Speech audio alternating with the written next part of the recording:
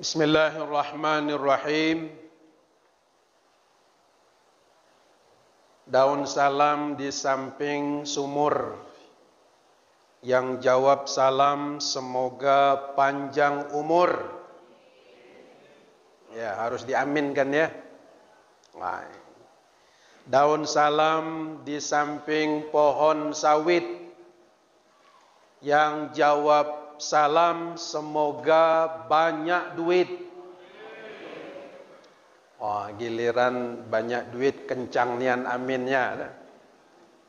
Ya. Assalamualaikum warahmatullahi wabarakatuh.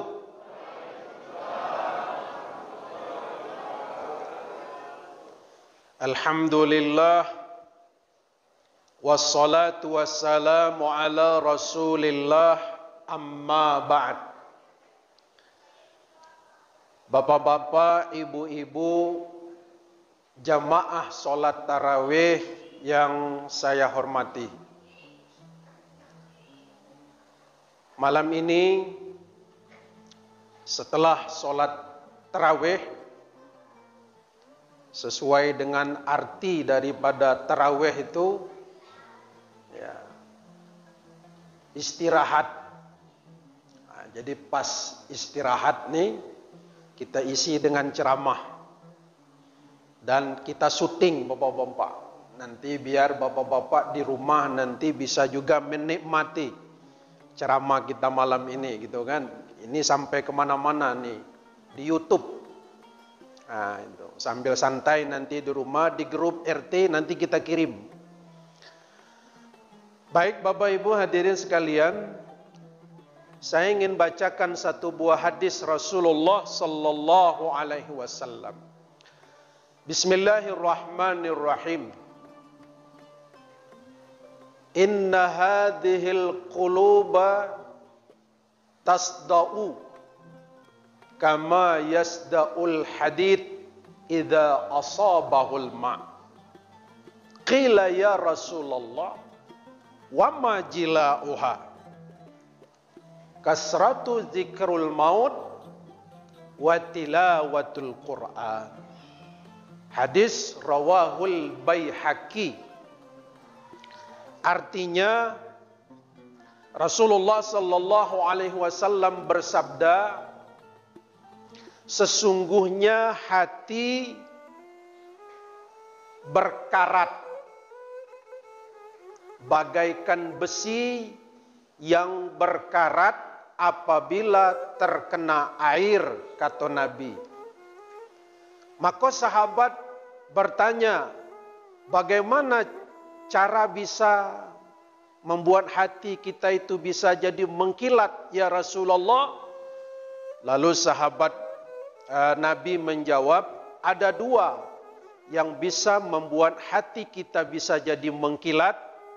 Pertama adalah kasratu zikril maut, banyak-banyak mengingat kematian.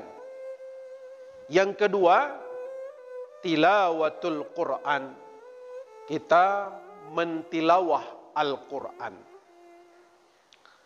Berdasarkan hadis ini, bahwa kata Nabi hati itu ya, dia berkarat. Nah, ini istilah dari hadis Nabi. Tapi Imam Ghazali menyebutkan hati tadinya bersih.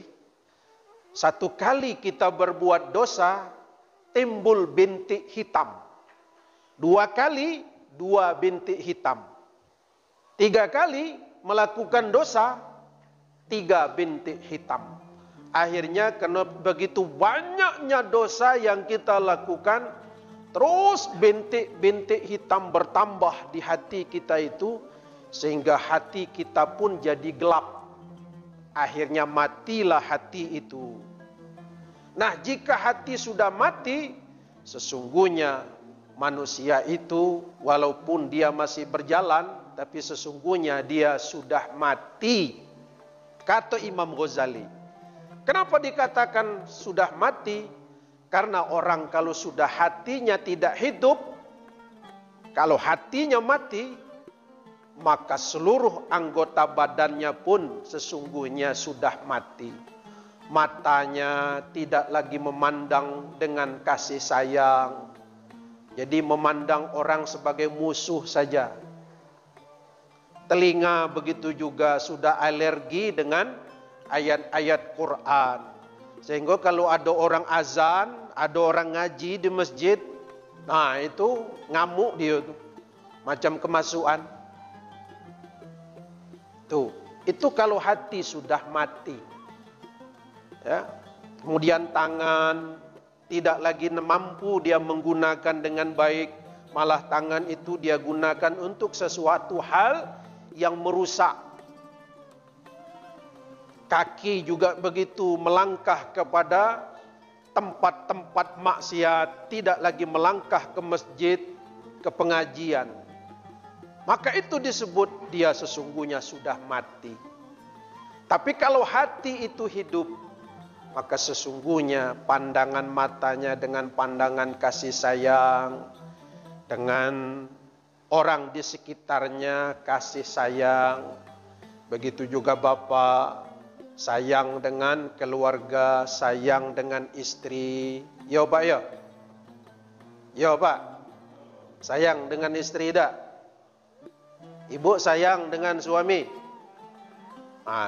Bikin nian jawabannya. Antara nak dengan tidak. Ibu sayang dengan suami? Sayang Pak. Jagalah suami, jangan kau hianati. Murkanya suami, murkanya ilahi. Betul Pak?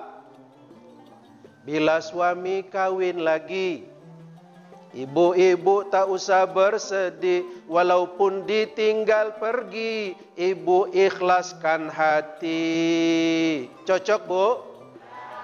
Kompak jawabannya. Dak kata dia. Iya di mana-mana lah ibu kau tak pengen di madu. Betul Bu? Iya. Tapi kalau madu maulah, nak kasih madu mau kan? Di madu tidak mau. Bapak kalau sayang suami, sayang istri juga begitu. Jagalah istri, jangan kau sakiti. Senyumnya istri, senyumnya bidadari. Ya Bu ya? Tuh. Bila istri marah-marah, bapak-bapak tak usah gunda, kasih duit warna merah, ibu akan senyum indah. Tujuh Bu? Tak juga? Nah, segala tidak. Itu ya. Nah, bapak-bapak, ibu-ibu harus kasih. Kalau ibu sayang dengan bapak, bapak sayang dengan ibu, itu pertanda hati kita bercahaya, hati kita hidup.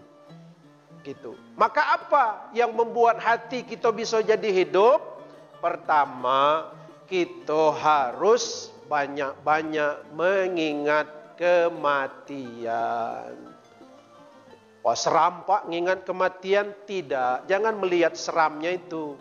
Yang dimaksudkan Rasulullah dalam hadis yang lain, aksiru hazimil lazat.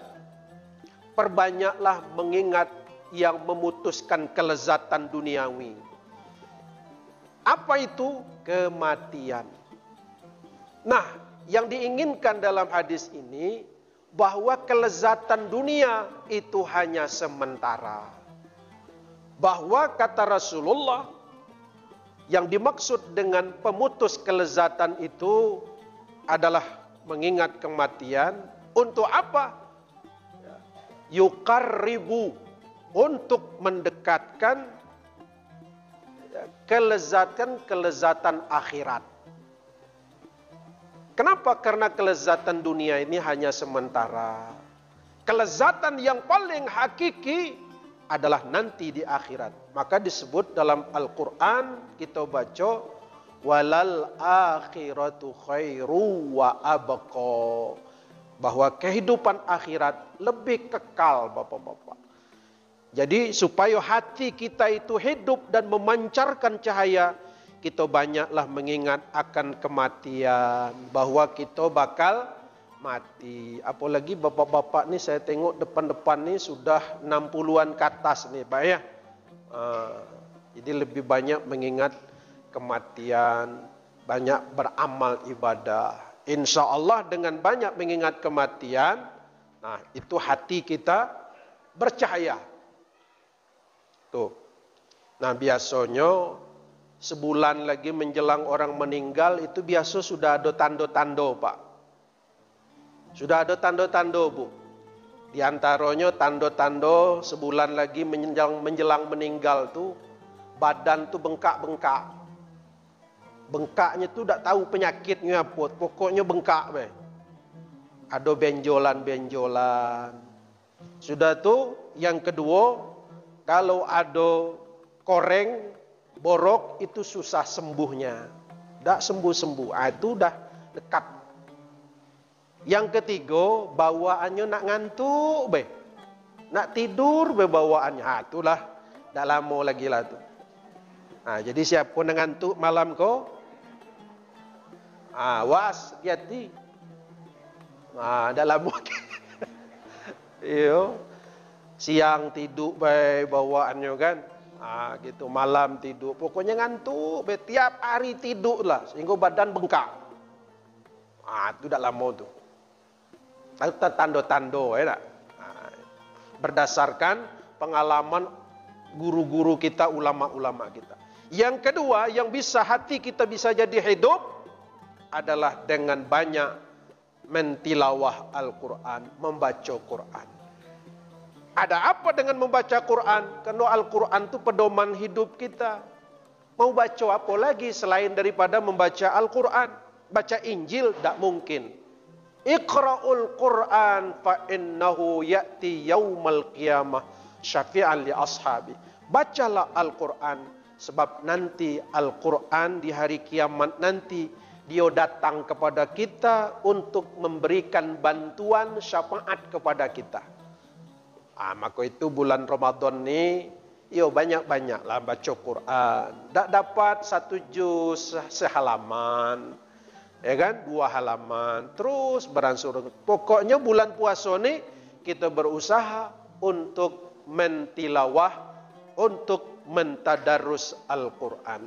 Siapa orang yang membaca Al-Quran, maka Allah akan limpahkan yahdi lillati hiya aqwam wa yubashshiral mu'minina alladhina ya'maluna shalihati anna lahum ajran kabira. Bagi orang yang membaca Al-Quran akan diberikan annalahum bagi mereka balasan surga ajron kabira, ganjaran yang besar.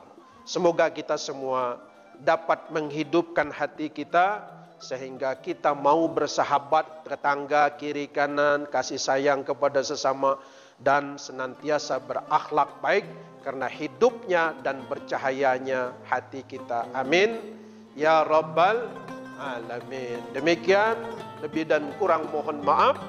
Wallahu muwaffiq ila aqwamit thoriq. Assalamualaikum warahmatullahi wabarakatuh.